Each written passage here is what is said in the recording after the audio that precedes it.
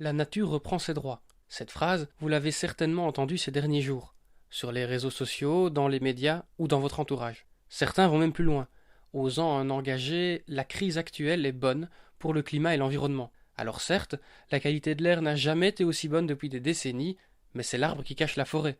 À court terme, des effets bénéfiques sont observables, comme la diminution de la pollution atmosphérique et la baisse des émissions de gaz à effet de serre. Mais sur le long terme, ce ne sont que des effets temporaires et fortement imperceptibles. Au final, cette crise sanitaire pourrait même se révéler catastrophique pour le climat. C'est un fait, les émissions de gaz à effet de serre ont toujours tendance à remonter après une crise. C'était déjà le cas en 2003, après l'épidémie de SRAS, et en 2009, après celle de la grippe H1N1 et la crise des subprimes.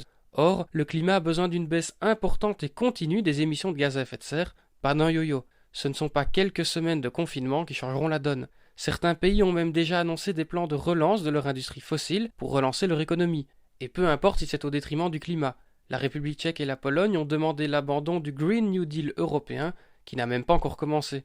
Le Canada a annoncé la relance de ses industries pétrolières et gazières, et la Chine envisage de nouvelles centrales à charbon.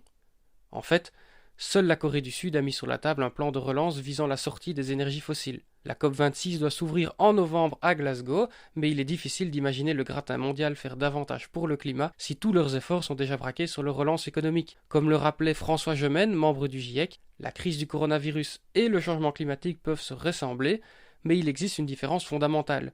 La pandémie sanitaire touche principalement les pays industrialisés, et c'est l'inverse pour le changement climatique. L'intérêt des grandes puissances à la sortie de la crise sera de relancer l'économie au plus vite, soit de faire l'exact inverse de la lutte contre le réchauffement climatique.